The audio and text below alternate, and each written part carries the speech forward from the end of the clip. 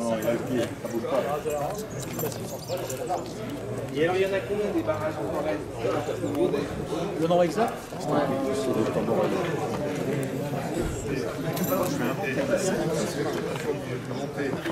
Est-ce qu'on est pas très en haut?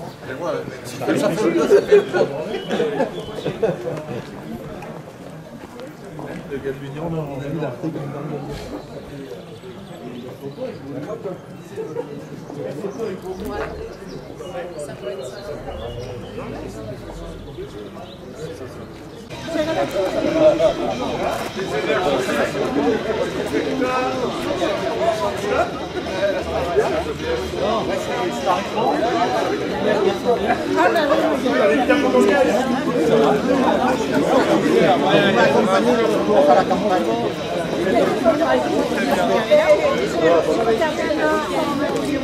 Bon, pour la petite histoire, vous avez la...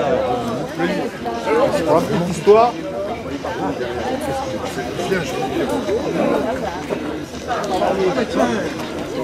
Voilà. Bonjour.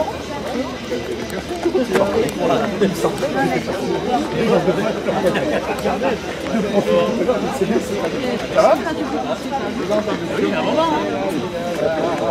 Il y a chance que les week-ends à la rue. Il y avait le chien avec le chien, il y avait le chat. Moi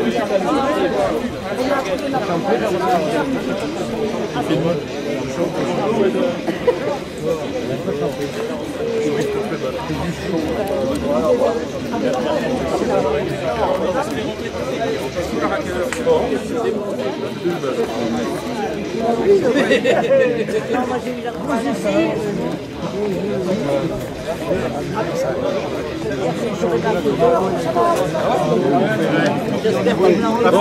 Aujourd'hui, l'avancée qui est marquée par la liste du Parti communiste français menée par Yann, doit nous amener les uns et les autres, je vous le demande, et je ne vous demanderai plus rien après, de mettre un sacré coup de collier, et nous pourrons être le 26 mai au soir la surprise de cette élection européenne, et on en a bien besoin d'avoir des élus communistes au niveau de l'Europe, comme ailleurs d'ailleurs, mais surtout là, pour ce qui est de l'élection. Voilà, j'ai terminé, et je crois que maintenant je vais passer la parole à Laurent, qui va nous dire, Laurent Duplessis, qui va présenter un peu ce que sont les barrages depuis 1946. À toi, Laurent.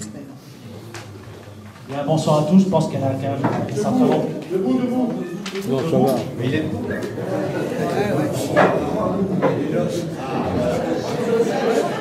C'est pas moi le candidat tête de liste, je vous signale au passage. Voilà, donc il y en a un certain nombre qui me connaissent. Je suis récemment retraité d'EDF. J'ai été délégué syndical CGT, Mine Énergie, sur le département et en charge en particulier de la production hydraulique. Donc c'est un dossier que je connais un petit peu. Et je vais essayer en quelques mots, quelques phrases, de faire un peu le point pour essayer d'introduire le débat.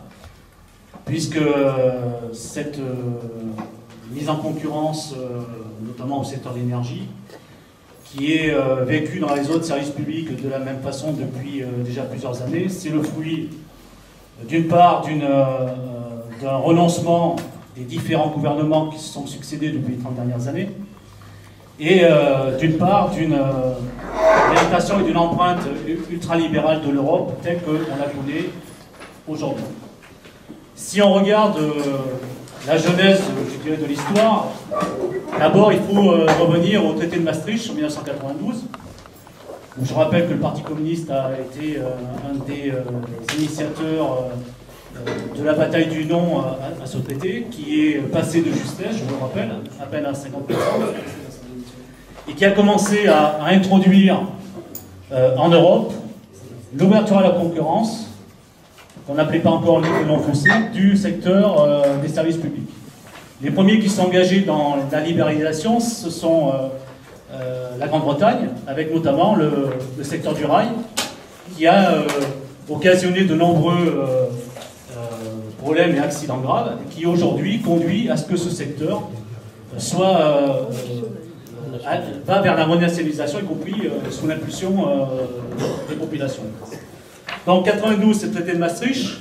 Donc les premières directives européennes, 96, je vais faire court, hein, parce que sinon, voilà, on peut aller loin, mais c'est là que démarre, je dirais, la genèse de la remise en cause de l'ensemble des services publics que nous connaissons aujourd'hui, et qui fait le lien entre la bataille européenne et la bataille sur le territoire français en ce qui nous concerne. En 96, les premières directives. 2000, l'ouverture à la concurrence en ce qui nous concerne du secteur énergétique en droit français. C'est là que, en premier, ce sont les grands industriels qui ont pu, à ce moment-là, aller choisir d'autres fournisseurs d'énergie, qu'ils ont fait dans un certain cas, et ça a été tellement un fiasco que, quelques années plus tard, ils ont demandé au gouvernement de revenir en arrière, et de revenir sous le tarif régulé et sous l'égide d'EDF, parce que le prix de l'électricité déjà était élevé, que la concurrence montrait que ça ne faisait pas baisser le prix de l'énergie. Les grandes dates, après, c'est 2004. 2004, c'est là où c'était Sarkozy qui était ministre de l'Industrie à l'époque, et qui a enclenché le changement de statut juridique d'EDF et de GDF, qui sont devenus des sociétés anonymes. Et le syndicat CGT Minénergie, dont il y a un certain nombre de représentants qui sont présents ici et dont je faisais partie, a mené une bataille très très intense pour empêcher justement que ce secteur éclate. Et la bataille avait permis d'introduire au moins dans la loi, puisqu'on n'avait pas réussi à empêcher justement de changer le statut, que l'État ne pouvait pas baisser en dessous de 70% dans EDF et dans GDF. L'étape suivante, ça a été 2008, avec l'engagement de la privatisation de Gaz de France, qui n'a pas pu se faire de façon frontale, justement, par rapport à cette loi qui, justement, mettait un garde-fou. Et c'est par le biais de la fusion avec Suez que la part de l'État dans Gaz de France est descendue à hauteur de 34%, qui était une minorité de blocage. Donc depuis je dirais, 2004 et 2008, on a ce processus qui est engagé, le prix de l'énergie qui a augmenté, le gaz et l'électricité qui ont pris des proportions très importantes, des services qui étaient gratuits qui sont devenus payants. Je ne développe pas, parce que je vais revenir sur le secteur de la pollution hydraulique, je pense que les camarades pourront développer. Concernant la pollution hydraulique, il faut savoir que dans le cadre de ces réflexions d'ouverture à la concurrence, le fait qu'EDF et GDF étaient des entreprises 100% publiques, avec un statut 100% public, étaient préservés de toute obligation d'être mis en concurrence avec d'autres opérateurs, notamment dans le secteur des barrages.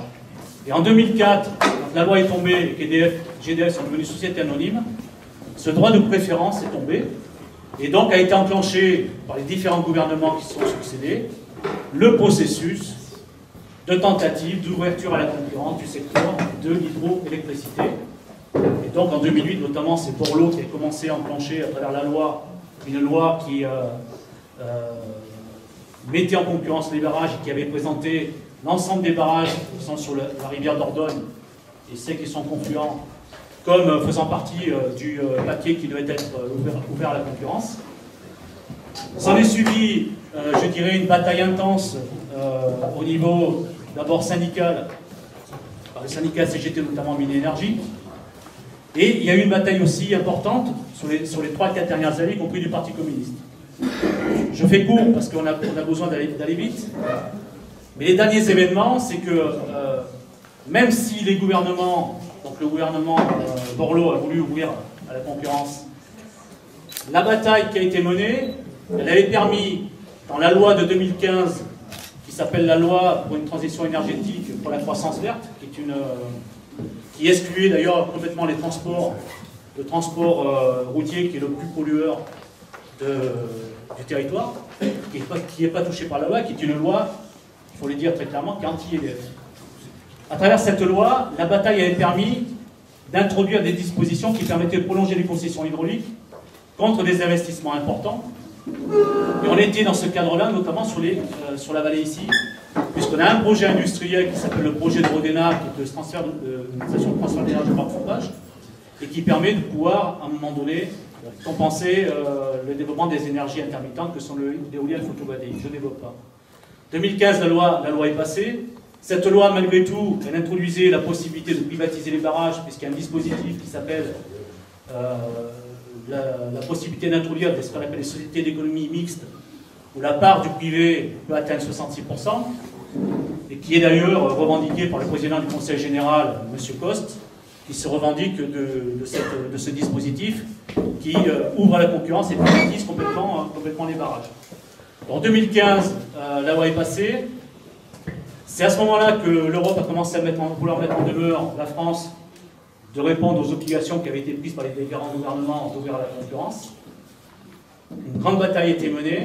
Le Parti communiste, par les députés, notamment André Chassaigne, a déposé en 2016, à l'été 2016, un projet de loi qui répondait à la revendication de la CGT d'avoir un pôle public de l'énergie. Et cette loi qui était intitulée Énergie France, et qui, si vous voulez, remettre l'ensemble du secteur énergétique, puisqu'aujourd'hui on a Total, le gaz et l'électricité qui sont libéralisés, vouloir à travers cette loi revenir pour avoir un pôle public de l'énergie et se réaccaparer, je dirais, ce secteur. Or la loi, bien sûr, elle a été baboulée, mais elle a permis déjà d'introduire un point et une réflexion par rapport à ce dossier-là. Donc on en est là aujourd'hui. La Commission européenne a relancé les débats, a relancé la France il y a quelques semaines, justement pour aller à l'ouverture de la concurrence, puisqu'on n'y est toujours pas. Ce qui démontre que les batailles qui sont menées depuis plusieurs années ne portent pas leurs fruits. On n'y est toujours pas. Et il y a aujourd'hui, et je laisserai quand même André en parler, il y a aussi aujourd'hui ce qui vient de se passer à l'Assemblée nationale, où 107 députés à l'initiative du Parti communiste viennent d'interpeller le gouvernement pour renoncer à cette mise en concurrence et apporter ce que revendique la CGT aujourd'hui, la création de ce qu'on appelle des services d'intérêt économique généraux qui sont compatibles avec les directives européennes, puisqu'on nous dit que c'est l'Europe qui nous enferme et que les États ne peuvent rien faire. Mais là, l'État français pourrait, si vous voulez, puisqu'il a la main, interpeller l'Europe pour sauvegarder la pollution hydraulique dans le giron public, et ce qui permettrait d'introduire un point pour aller beaucoup plus loin sur la même liste de l'ensemble des services publics, de point de vue énergétique, comme pour le reste. Voilà.